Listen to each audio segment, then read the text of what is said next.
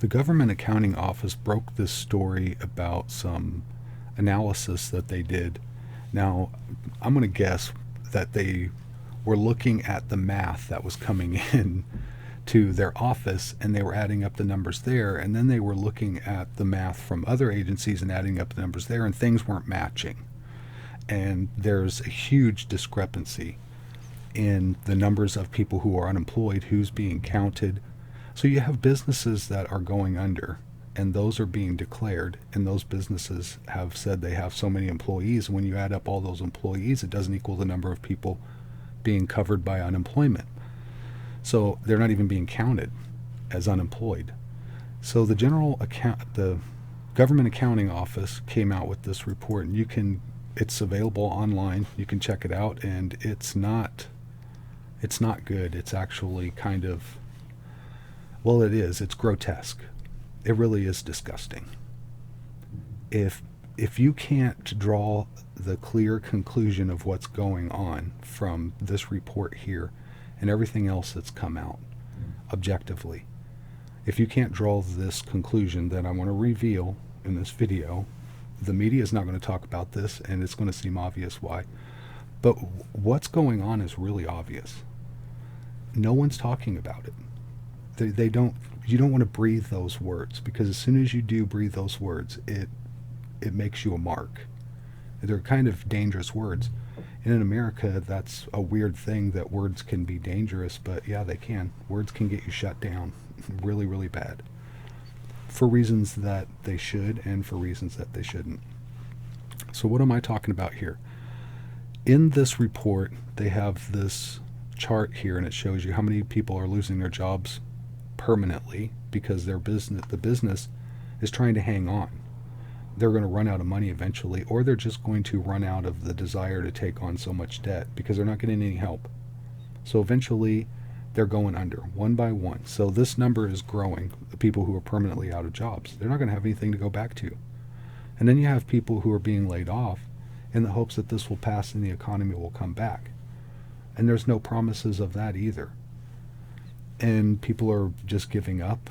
They're trying to file for unemployment, and the systems are so bogged down, or they're deliberately onerous. They're deliberately hard to figure out for some people, and they're made that way to just get rid of some extra so you can lessen the slice of the pie they have to dish out.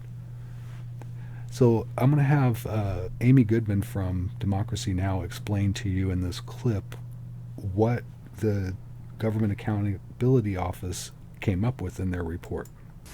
The Government Accountability Office reports millions of U.S. workers left unemployed by the pandemic had been denied the full jobless benefits they're owed, with a majority of states paying out the minimum benefit instead of a higher amount based on workers' prior earnings.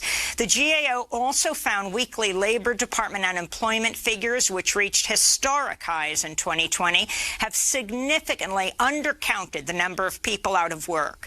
Meanwhile, new research finds more than 400,000 COVID-19 cases and nearly 11,000 deaths resulted from evictions after many states allowed eviction moratoriums to expire over the summer. Emergency room physician Dr. Jason Wilson tweeted in response, "Stable housing is even more important than wearing a mask. Getting out of this pandemic means following all the CDC guidelines, including the one about not evicting people during a global pandemic," unquote. So 400,000 people evicted this summer. So let's get this straight. Let's imagine the human story here.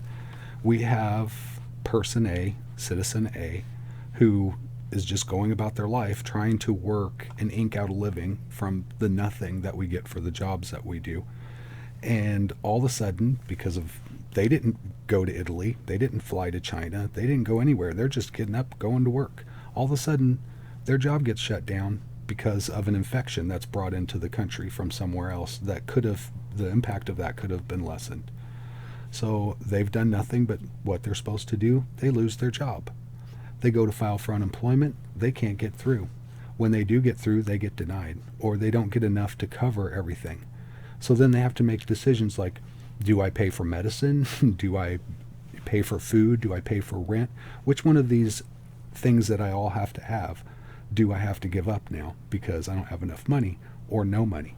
Well, then eventually, after juggling that, if you haven't killed yourself from the depression and the anxiety and the stress, if you've managed to live through that, you get thrown out of your house because they let up on the evictions, the eviction moratorium. Now, 400 times people get thrown out of their houses, and 11,000 times citizen A, B, and C are dying from COVID because they've been kicked out. If they haven't killed themselves from diseases of despair, whether they've just offed themselves or taken pills or got into drugs or risky behaviors, whatever it is, these diseases of despair that have probably taken 11,000 more or better. So tens of thousands of people are dying, and these are people that don't have a lot of resources. They're the working class. They're the people at the bottom. The working class, the poor, lower class. It seems like there's one segment, one class of people that are being targeted either through this war of apathy, and that's what it is. It's a war of apathy. It's upper classes, another class, the upper class that have all the power, that can make the decisions. They don't care. They're not helping. They're allowing this to occur. And then the lower class and the working class, they get to die in the streets for it.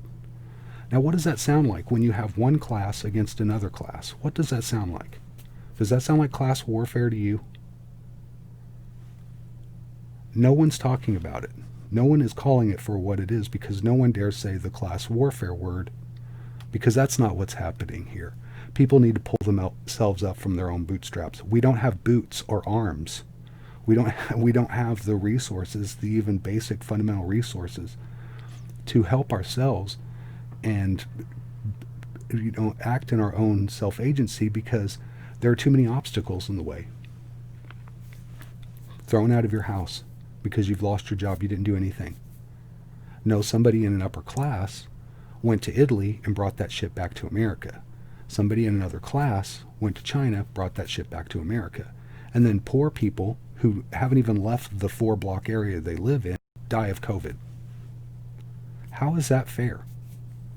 Well, it's not, and life isn't fair, but it doesn't have to be so damn unfair. Especially when one class can do something to help and they just don't. Arbitrarily. Why aren't you helping the working class? Why aren't you helping the poor? The upper class, the gatekeepers? Why aren't you helping? Is it because you have contempt for the working class? Do you have contempt for poor people? Is that why? It feels like that when you let 400,000 people get thrown out of their homes through no fault of their own, and 11,000 of those people die of a preventable infection if they were just been allowed to stay in their homes. You know, for all the people that died on 9/11, for all of the soldiers that have died over a generation war, 11,000 can just die, and hardly anyone will say anything about it, and the government accounting office just lists it as a statistic and says urgent actions needed. Were needed. Let's put that word in there. Urgent actions were needed for 11,000 people who are dead now, the 400,000 people who a percentage of them will probably die because they're out in the streets. If it's not from COVID, it'd be from something else. This is gross. How this can happen. We have robots on another planet sending us back pictures, and we have tens of thousands of people in the street, 400,000 people homeless now, and more due to be homeless when more moratoriums expire at the end of this month. Right now, it's a war that no one's saying is a war. But if this continues and people are pressed to the very edge of existence, they're going to push back. It's going to be a real war. And that's not anything I want to see, especially when all it takes is the upper class to give a damn. These millionaires, multimillionaires, Congress, the Senate, billionaires, our president. So it sure does seem like to me that it's class warfare, that one class of people that have all the resources, don't give a damn about the class of people who actually produced all that wealth that they stole. Is it because poor people are parasites? You just look at poor people as parasitic, working class as parasitic? Well, who had their hands out first whenever the COVID relief came out? They were like, gimme, gimme, gimme, gimme, gimme. And they sucked up all the money and then left nothing for anybody else. So you want to talk about parasites. The upper class is the biggest parasites there ever were. They suck up all the value, all the worth, all the glory,